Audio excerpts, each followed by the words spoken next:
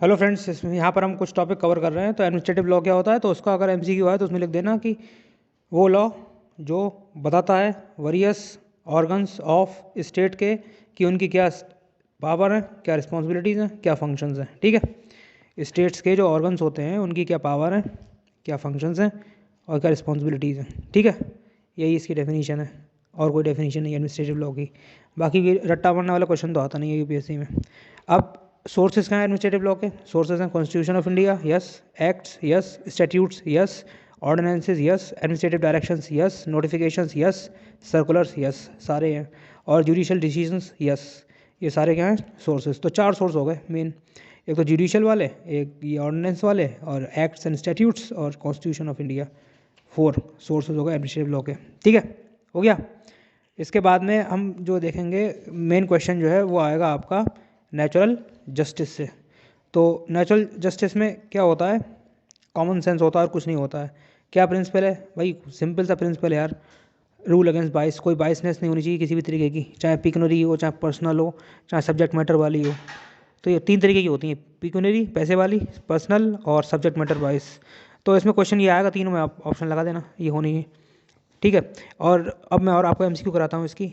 Partially और connection to the issue, ये आएगा बाइसनेस में आएगा। ठीक है, डिपार्टमेंटल बाइस वो तो लिखा हुआ ही है। Prior utterances and pre judgement of issues, तो ये भी आपके बाइसनेस में आ गई, ये नहीं होनी चाहिए।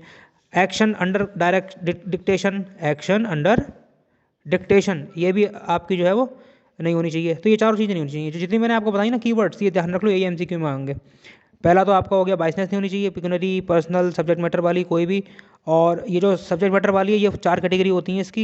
एक्टिंग अंडर डिक्टेशन, और डिपार्टमेंटल वाइज, और पार्शली, और कनेक्शन टू द इशू, और prior utterances and pre judgement of issues. ये तो ये किसी भी तरीके की कोई भी बाइसनेस नहीं होनी चाहिए नेचुरल जस्टिस में। ठीक है, और क्या है आपका rule of fair hearing. Fair hearing का मतलब ये होता है कि भाई दूसरे पार्टी की बात सुनोगे, बिल्कुल ठीक बात है। क्रॉस एग्जामिनेशन होना चाहिए, लीगल रिप्रेजेंटेशन मिलनी चाहिए, ये सब चीज़ें हैं। लेकिन नेचुरल जस्टिस की लिमिटेशंस भी हैं, एक्सेप्शंस भी हैं। वो क्या है? अब इमरजेंसी है, ठीक है, कोई टेररिज्म का केस है या कोई नेशनल सिक्योरिटी को खतरा है, तो वहाँ थोड़ी आप नेचुरल जस्टिस फॉलो करोगे। और इम्प्रैक्टिबिलिटी भी है। अब जैसे कहीं इम्प्रैक्टिबिलिटी यहाँ प्रैक्टिकली पॉसिबल ही नहीं है।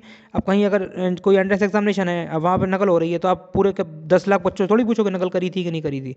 इसी तरीके से एकेडमिक एवोल्यूशन, ये कीवर्ड ध्यान रखो, एकेडमिक एवोल्यूशन यहाँ वैलिड नहीं है नेचुरल जस्टिस। एकेडमिक एवोल्यूशन मतलब ये आपको यूपीएससी ने फेल कर दिया तो कोर्ट थोड़ी चले जाओगे कोई कि मेरा नेचुरल जस्टिस है, मुझे क्यों फेल कर दिया, बताओ कैसे, नंबर क्यों कम दिए।